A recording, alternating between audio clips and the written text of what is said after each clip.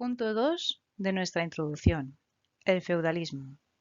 Corresponde a los puntos 2, 3, 4 de nuestro libro de texto. Vamos allá. El punto del feudalismo, hay que ver 3 puntos. Las segundas invasiones germanas, la debilidad del monarca o rey y el mismo feudalismo. Primer punto, las segundas invasiones germanas o germánicas.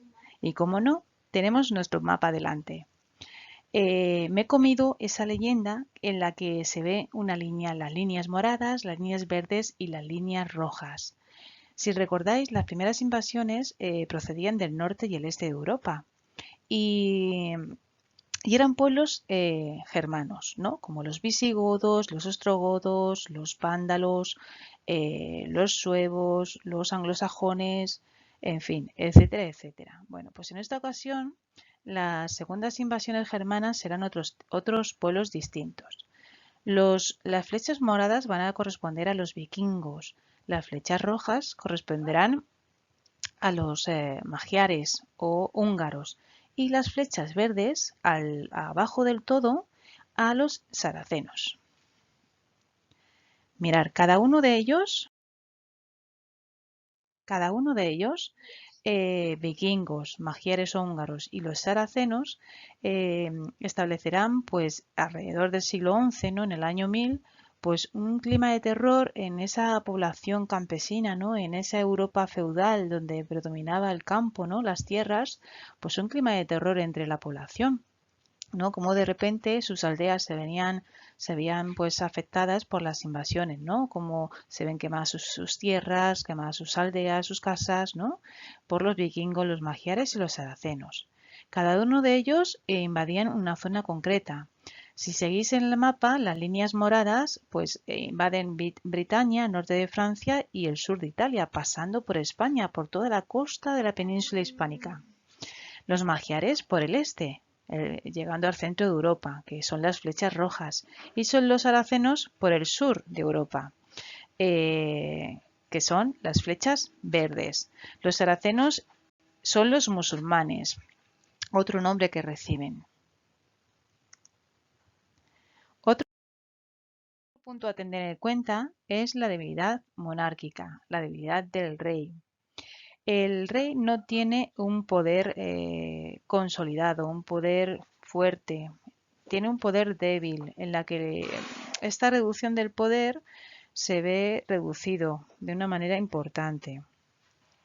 El rey dependía siempre de un ejército privado para tener su defensa, ¿no? Privada. Además, se veía imposibilitado pues de cobrar él mismo los impuestos.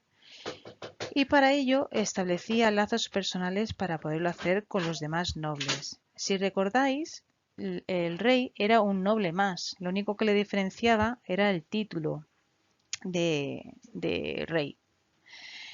¿De qué manera gobernaban? Pues no tenían una residencia fija. Los castillos que vemos incluso en España, porque más de uno hemos ido de un lado para otro, ¿no?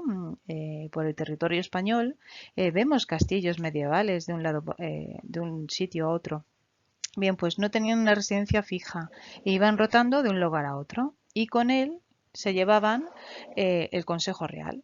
Este Consejo Real era llamada la Curia, es decir, las personas más cercanas a él. Estas personas podían ser los altos funcionarios, condes, obispos. La Iglesia siempre estaba por delante. Ya sabéis que la Iglesia tiene un papel muy importante, ¿no? La Iglesia, el poder de Roma en la Europa occidental. ¿Recordáis el Imperio Romano de Occidente con capital en Roma? Bueno, pues la Iglesia tiene un poder importante, ya que el pensamiento que había en aquella época era el teocentrismo, que todo giraba en torno a Dios, recordarlo. Último punto, el mismo feudalismo, no propiamente el feudalismo.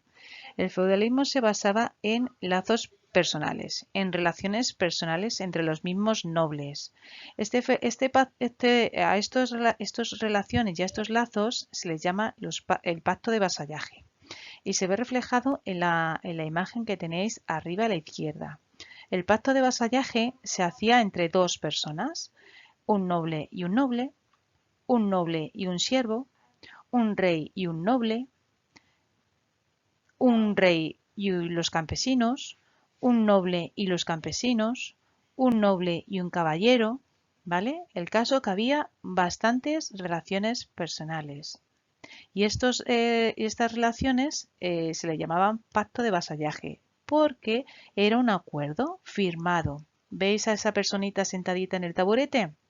Bien, pues es ese papel que acuerda en el que se establece un pacto. Yo te presto homenaje, es decir, ese homenaje venía traducido a te presto mi ejército cuando seas atacado, a te presto dinero o tierras cuando te haga falta, te presto, ¿vale? Este es prestar homenaje a cambio de una concesión de un feudo. Si se hacía entre un rey y un noble, el rey le concedía un feudo. Feudo es sinónimo de tierra. Entonces, si el rey se sentía atacado, acudía al noble porque le había dado un feudo a cambio y el noble se veía obligado a dar protección al rey, ¿no? Es un ejemplo. Bueno, pues esto es un pacto de vasallaje. Acuerdos personales, lazos personales entre personas de alto standing, al poder ser, porque entre los mismos campesinos no tenía sentido, eran los más pobres. Eh, Otra de las cosas importantes del feudalismo es el feudo, que son las tierras. Es el dibujo que tenéis abajo de la izquierda. No he encontrado un dibujo un poquito mejor, pero yo creo que se ve bien reflejado. Un feudo, la tierra, se dividía en dos partes. La reserva señorial, propiamente dicha, donde se situaba el castillo del noble, y digo noble porque no tiene por qué ser el castillo del rey, ya que un conde vivía en un castillo, y, y alrededor de la reserva señorial, pues sus pertenencias personales, ¿vale? Sus propias tierras personales.